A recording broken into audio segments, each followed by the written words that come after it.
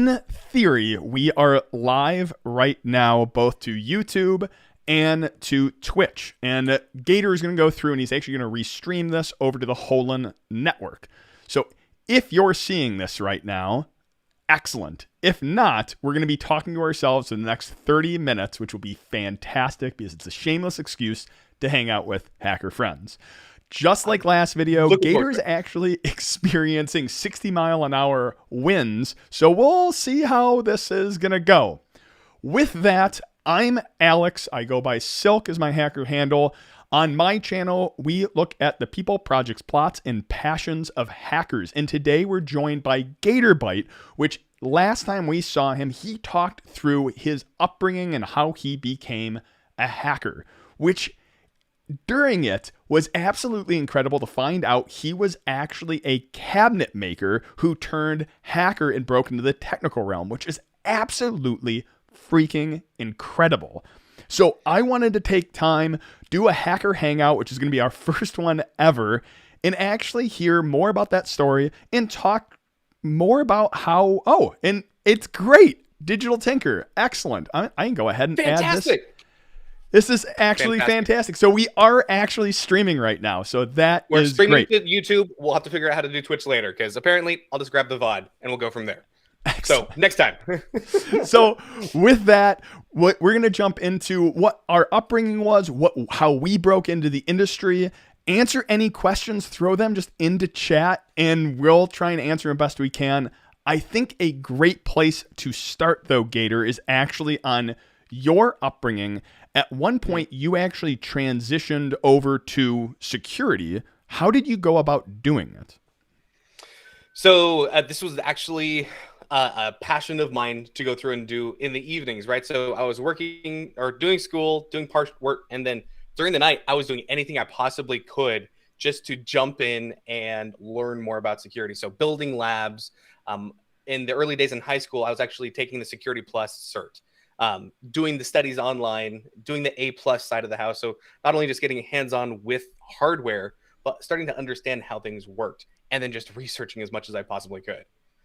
So lots of podcasts for me. So it was a lot of listening to podcasts. Now, question, like, how did you decide like what books to read? I mean, there's so much information. And one of the things I've always found with technical books is the information's almost, it's stale. I mean, by the time the author thinks of the concept, writes it down, goes to a publisher, it's reviewed, it's put into print, it's distributed, it's put on the shelves, you pick up the book, it's stale information, at least for cutting edge things. So I found that out the hard way, right? So we were talking about books. If I move this just a little bit over, this is an entire full shelf of different books. That's not all clean, but literally I was getting my hands on anything I could because earlier in those days, we didn't necessarily have internet access every place like we do now. So I would be on a car ride and I'd be going through and reading as much as I could on whatever. There was the Hacking or Hackin' 9 magazine, which was more periodical, but instead of getting that shipped to my location, I live fairly remote, out in the middle of no place. So when we went to bigger cities, I would hit a Barnes & Noble. I would then go buy like 5 different magazines, whether it be Linux or whatever hacking current issues that they had on hand. And those are like $15-20 a pop. So that's how I was intaking my things early days to substitute for the things that, when you get this huge book and 90% of it's out of date, it's great knowledge to be able to go and grab off the shelf if you're going to do an Active Directory and you can flop up in the Windows 2008 book. But otherwise, honestly, going to Twitter and starting to follow InfoSec there was the better way to stay in the beat and finding out what's going on with InfoSec. Actually, it's one thing I've noticed. Like I am a terrible social media user, which is rich as I'm like, hey, I'm going to start doing YouTube and I'm going to start getting into Twitter. And like for the longest time, Twitter for me was just like the epitome of awful social media. And it's mostly because I had no idea what I was doing on it. Like even like I was a consumer for the longest time on Twitter, not realizing, like I always assumed it was kind of like walking into a crowd at like DEF CON and just yelling out like I'm having pancakes for dinner today, and you're like, that's what it felt like. I don't care. Yeah, I don't care. Yep. And then as I started using Twitter like really, really recently, I'm like, oh, there's this whole concept of like conversations and topics and lists. Oh my gosh, lists are like so cool now. And finding out like there's a whole actual way of how to use this. And then there's like what I started with. I have Twitter is an amazing resource. Absolutely. You had mentioned magazines though. And yes, I think magazines are actually a great way. You mentioned books though. And you started talking Active Directory. Something which I was thinking about was I think there's a concept of evergreen content when it comes to books. And I think if you're looking for like hacker techniques, hacker concepts, and how to like, there's certain things that will always be the same, like port scanning. Now, you're going to use Nmap, but there's now new versions of Nmap, and there's like a Rust variant of Nmap, which is like freaking so cool. Of course, there's a Rust variant. There's a Rust variant for everything, right? Jeez. With that, like I think there's always those evergreen concepts in books. Is there any evergreen content books that you recommend now? Like if you're grabbing your first book, because I didn't actually do a lot of books. So give me a second. Let me scoot this back a little bit here, and let me look at my shelf because, well, okay. So one of the ones that I found most informational on pulling all the different concepts together was actually, for what it's worth, and it's a little bit older now, was this one, the penetration testing from the No Starch Press from Georgia Wheatman. Apparently there's some controversy or has been controversy over it. Honestly, I don't care. I had bought hundreds of dollars of books, and this was the clearest, most concise version of putting all those together. I've really leaned towards and would suggest people look at the No Starch Press hacking books before I would suggest any other publisher out there, in my opinion. So this is a great starter to get a lot of the concepts, to get the understanding. It may not be up to date in current techniques, which is fine. This is a great reference book that is constantly going on sale at the Humble Bundle. So I would pick it up there, support your hacker family, if you will, when they're creating books. But the other ones that I would go through and pick up after that would probably be... Yeah, just a comment. No Starch Press is awesome. Like they always give discounts at DEF CON. They always give discounts on bundles. Like they are awesome. Absolutely. I could not agree more there. From there, I would probably go with your, depending on if you want to go red team or blue team, the Pen Tester Blue book.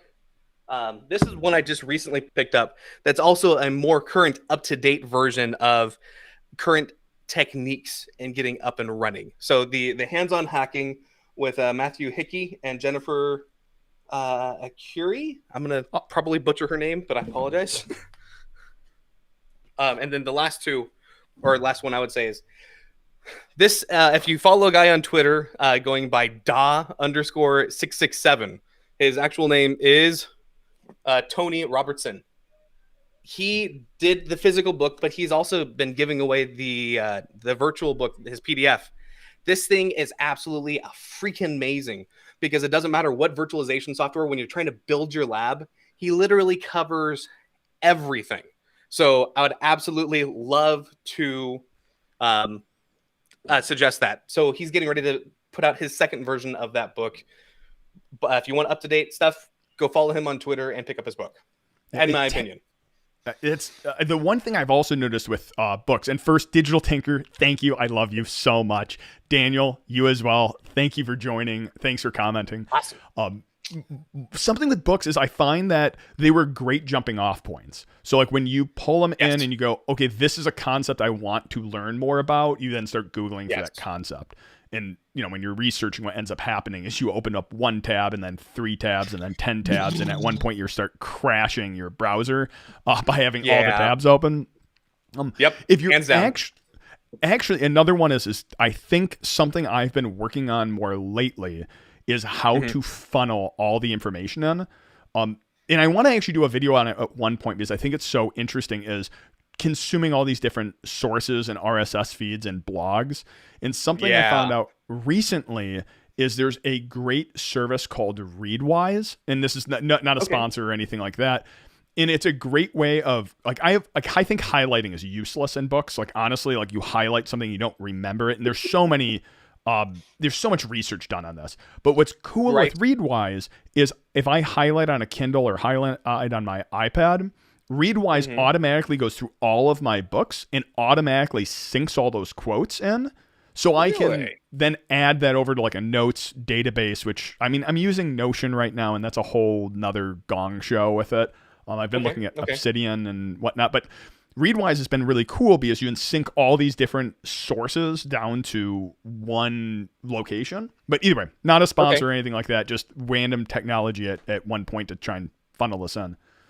Nice. Okay. So Yeah, finding good sources to follow too versus the inspirational headlines. If you just try to go to a website and scrape their RSS feed, doesn't necessarily mean that you're going to get good or valid content, right? So you really have to start pruning, and honestly, you have to get into the industry a bit to start understanding what's sensationalized versus what's reality. So let's talk about breaking into the industry, because I think that's an important one. And me and you had very different upbringings on how we entered the industry.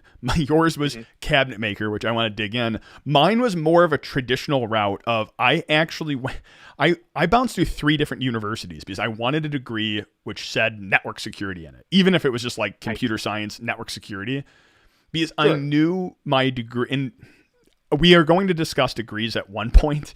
But We are. I found, and I found a degree for me was a piece of paper. There's so much money to be made in the information security industry that most of the people teaching it, now I'm going to asterisk this, but most of the people teaching it are the ones that failed in the industry. And before like someone starts throwing things at me, I'm not talking adjunct professors. They're awesome. I had some of my best professors were adjunct professors. Lost, if you're ever watching this video, you freaking rock. Like he just he opened my eyes for hardware.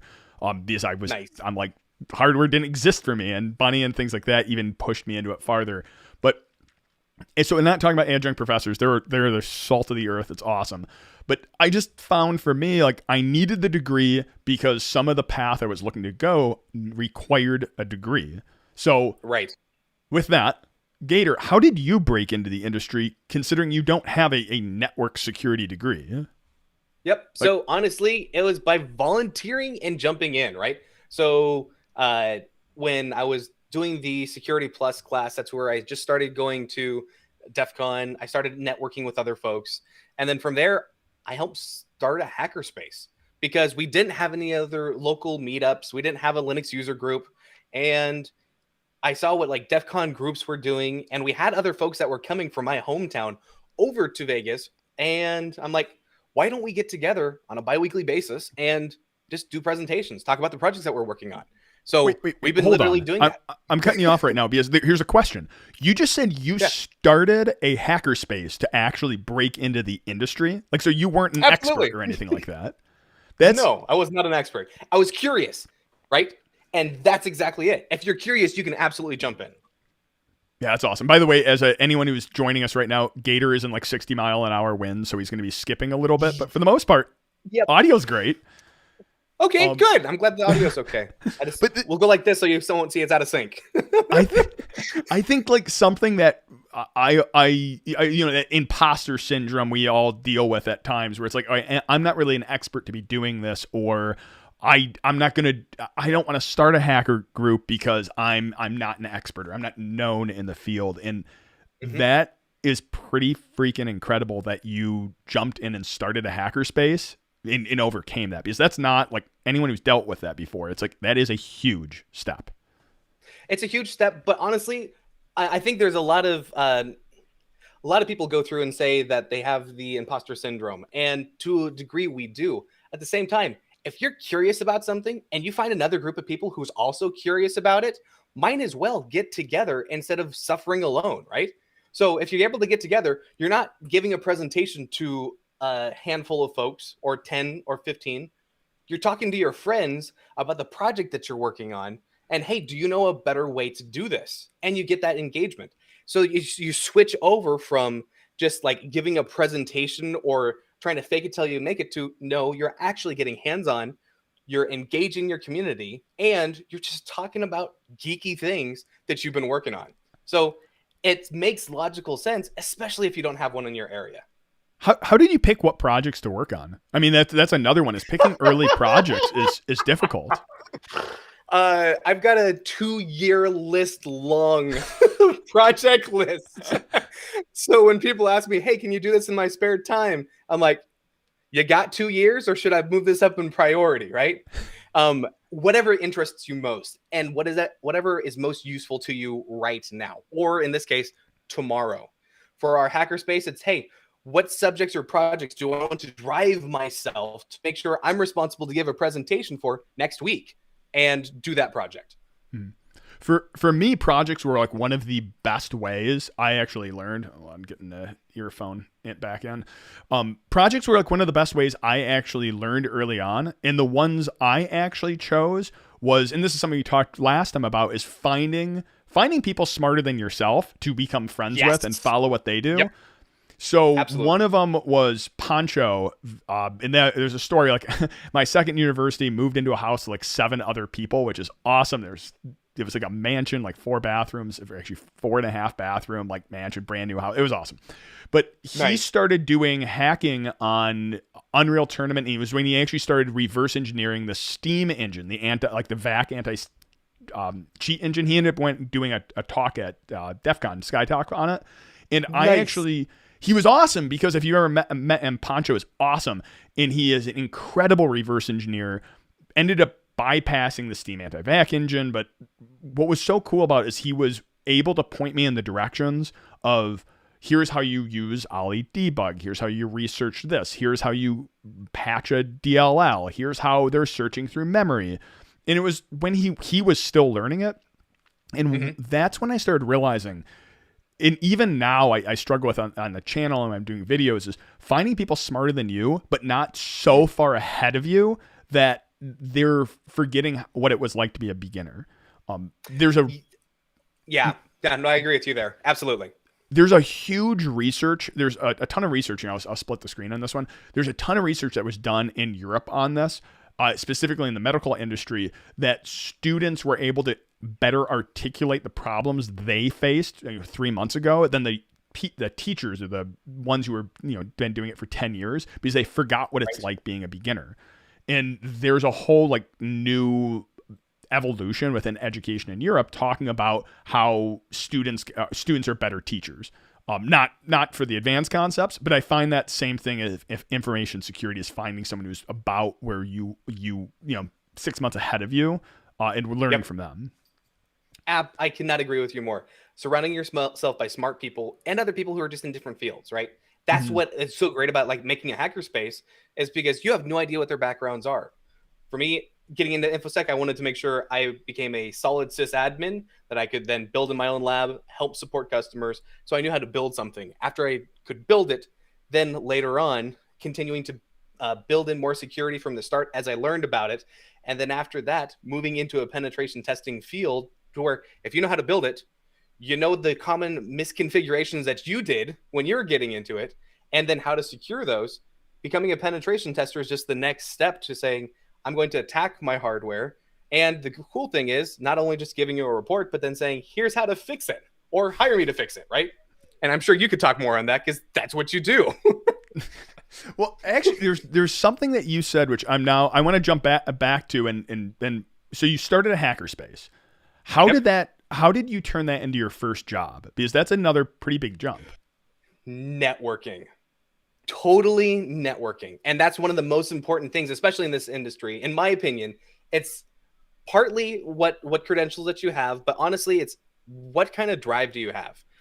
Like I've said in our previous interview, is that I don't have a college degree. I've done some college. I graduated high school, and I didn't want to go into debt for getting a degree. So I just went after certain certifications, certain classes, and then started networking. And because I found out the certain certificates would get me a position to where I could get my foot in the door. For that, I needed a Security Plus. I was currently studying for my A plus, and one of the buddies that I was hanging out with is like, dude, don't pay for the A plus. You know the content. You don't need the cert. Go for your security plus, because that will enable you to get into this industry that lives right next door to you. I'm like, sweet. Thanks for saving me how much money that would have cost. And I was doing this all out of pocket. I was barely making minimum wage at the time. So it was a big deal about which cert to go invest in. So security plus, and then learning an operating system. For me, I'd always played with Linux. There's plenty of Windows admins out there. So why don't you go to a specialist or a specialty OS and have more long-term chance to be able to do things more in cloud and all these other things that are coming along. And Linux was always a passion of mine anyway. So jumped into the Linux Plus and then just started talking about projects that I was doing at the hackerspaces. So I think first presentation was like getting an AWS Open VPN server, and then just went from there. So Daniel, good question. So splitting off to this question, because I think it's heavily related. What he asks, what do you see as the relationship between degree, certs, experience, and profile? So I'll take the first swag at this. When I started and I wanted to start penetration testing, something I noticed in the field, which was just hilarious. So I started, 2008, somewhere around there. And I wanted to jump right into pen testing. And actually what's really weird, and maybe get into this story another time, but I actually jumped right into pen testing. I didn't do the development background. I learned that later, which was kind of weird because I know assembly better than I know a lot of other languages because that's all you get access to when you reverse engineer, but I digress. When I first started applying, penetration testing wasn't like the actual penetration testing stuff. Hadn't really been a field for that long. And you would go to apply to the position and they'd be like, you need a CISSP, 18 years of experience, 35 years of developer experience. Your first name, it needs to be Dan, Daniel, or Sam. Like you need, like, it was just like, I don't know. It was like just ridiculous requirements for this starting. And then when you actually called and networked with these people, they realized they're like, just ignore all that and apply. Yep. So the relationship, again, spin this actually back to like experience. I think experience within pen testing is needed to help understand things. I actually don't think the experience, like the experience you gain over time is how to quickly learn new things and less on, like, that's why I hate the CEH. I'm sorry. Anyone watching, CEH is a stupid certification. Is just, especially, I'm sure they're never advertised on my channel. Like someone will look back at this and be like, oh my gosh, do you know, it is stupid certification. I know they've tried to improve it, but no one actually, like I know all the switches and all of that for Nmap. And I know it because I use Nmap a lot. I don't have to know T-4-3 _, like some weird stupid flag, which is just so arbitrary. I can read the man page and figure it out. So you learn how to teach yourself. That's the experience part of it. Yes. I think certs are one of those things where a degree will trump certs for sometimes. I think one of the biggest things I did when I was hiring at General Electric, because we would get like thousands and thousands of resumes, and something I did is I would just go, if they have the OSCP, I'll look at because we were looking for actual testers.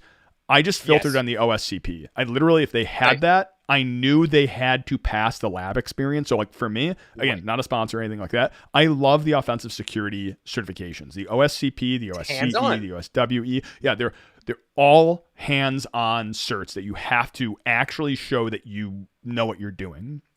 Yep. Now, go on.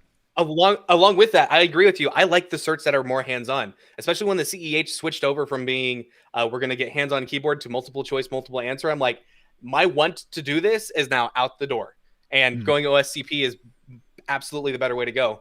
And to put on my little red hat would be, I like the Red Hat Linux certifications better than I liked the Linux Plus. Linux Plus was multiple question, multiple answer, as where the Red Hat, you actually have to do the work. You show your work. So anyway, go ahead. Yeah, so continuing on is then going into degree and portfolio. Like I think things like a portfolio like on GitHub and things like that shows involvement, and that's a good addition to your resume. Like all these things really do closely tie.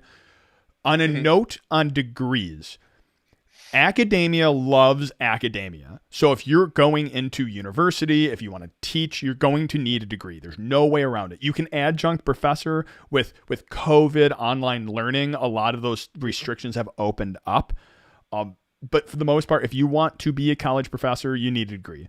If you want to go the management track, so when I was at General Electric, something they were losing tons and tons of technical people. And the reason why is because there's no track towards advancement. If you wanted to advance in security, you needed to become a CISO. The only way, and it gets you away from technical.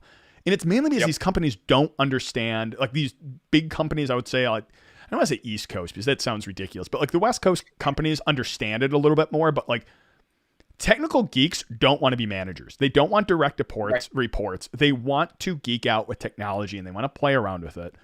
And they didn't understand it. So they didn't even have a technical track.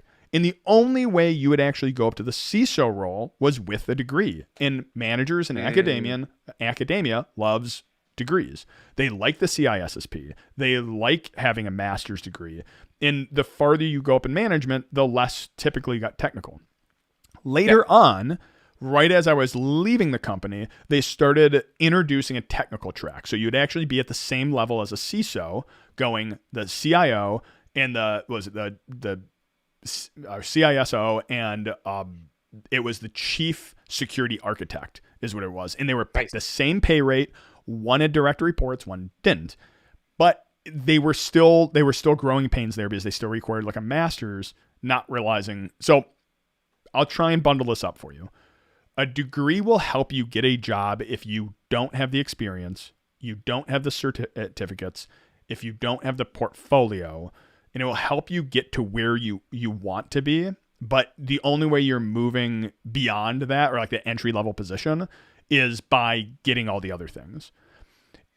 Without a degree, and Gator, please correct me because I don't really know this side of things, but if you don't have a degree, it's harder to get your foot in the door for security. But once you get it, you grow with the experience, with the portfolio, and with the certificates. So I would agree with that, with the condition of being, depending on how strong your social engineering and networking skills are, in my opinion. Because I had my Sec Plus for 3 years.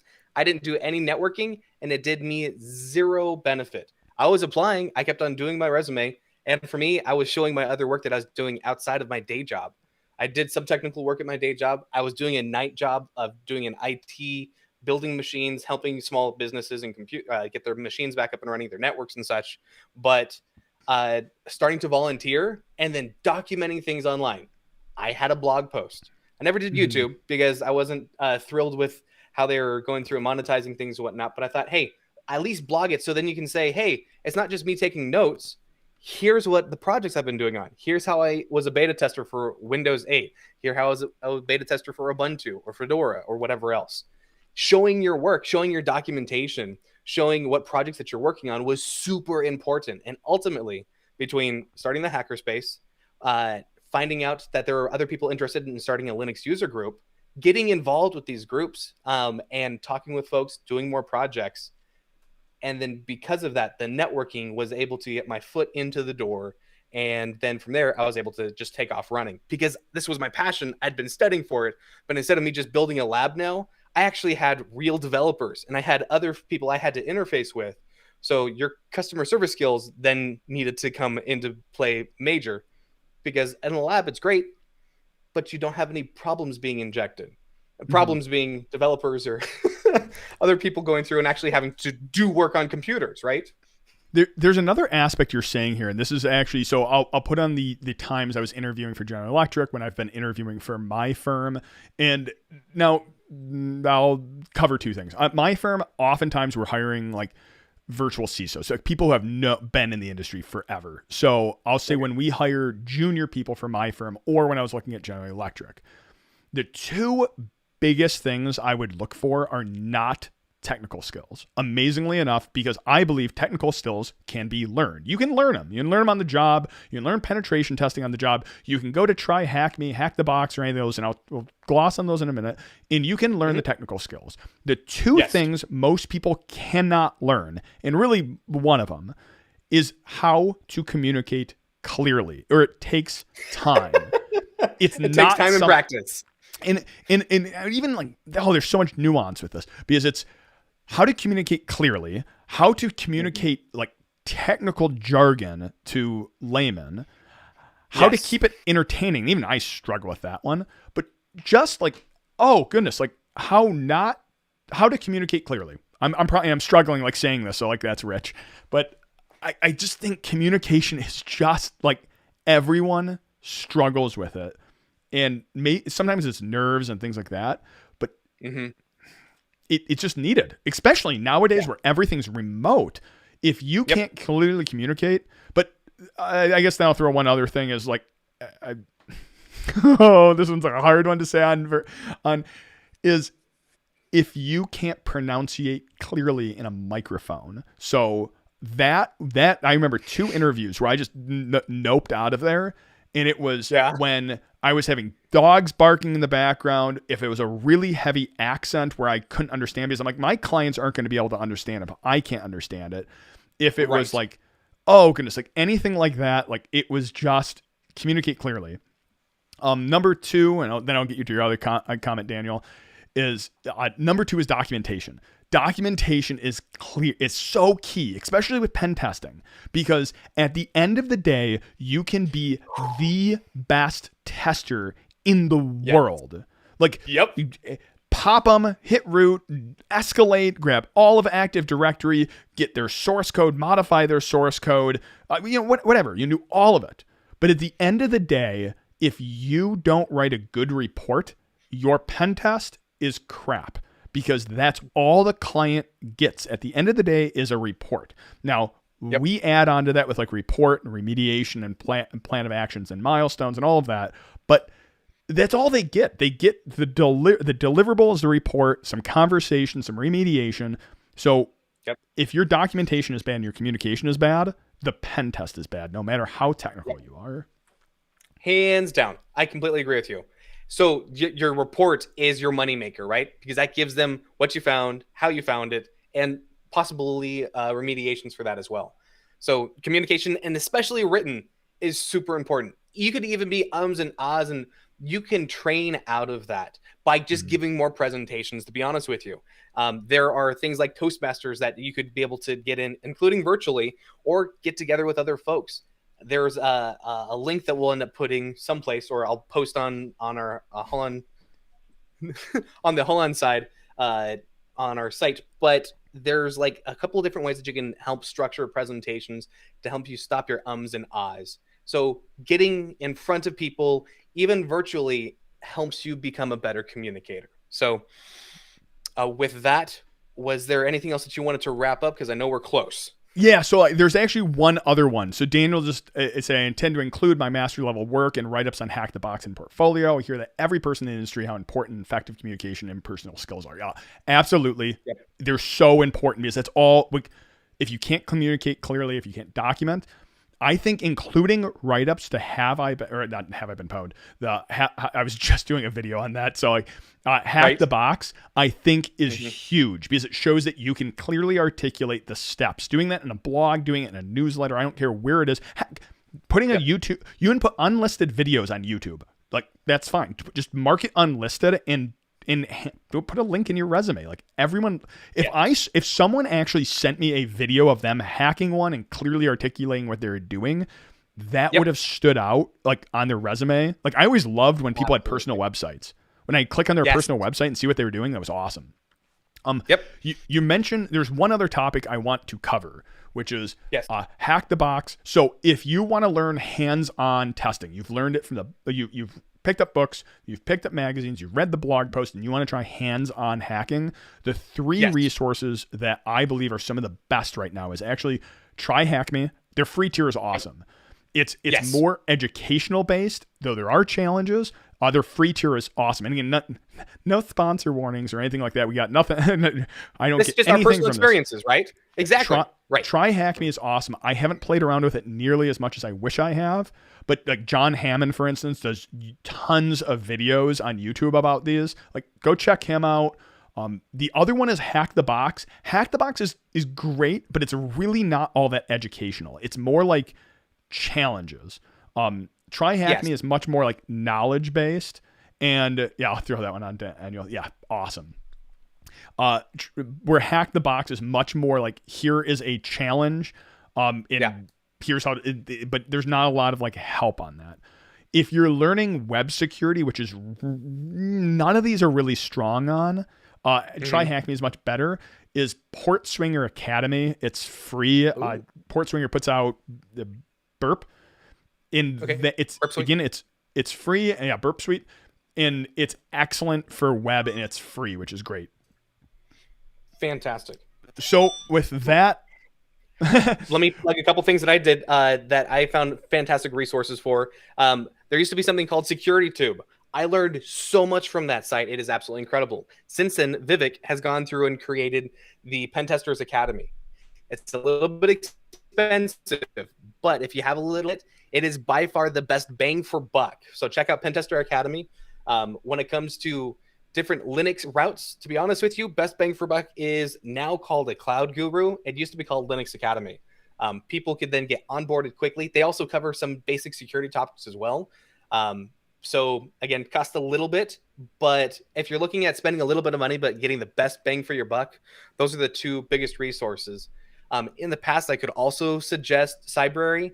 I don't think their content is as up to date versus Pentester Academy and a Cloud Guru. So that's my 2 cents worth. If you're self-studying, if you spend a little bit of money, you're in for a penny, in for a pound. Might as well spend it in the right place, and that's where I would go. There's 2. Daniel, you asked, is that similar to DVWA?